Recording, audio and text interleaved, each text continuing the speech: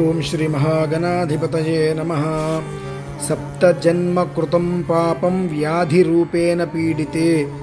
జన్మ జన్మలలో ఉండేటువంటి దోషాలన్నీ కూడా మనకు వ్యాధి రూపంలో మనల్ని పీడిస్తూనే ఉంటాయి. ఎంత కష్టపడ్డా ఏదో ఒక వ్యాధి మనల్ని పీడిస్తూనే ఉంటుంది. అటువంటి వాటి నుంచి సమూలంగా మనం బయటపడాలి అంటే దానికి కేవలం ఈశ్వరారాధన మాత్రమే సబబు. ఏది చేసినప్పటికీ కూడా ఈశ్వరారాధనను మించినటువంటిది ఏదీ లేదు.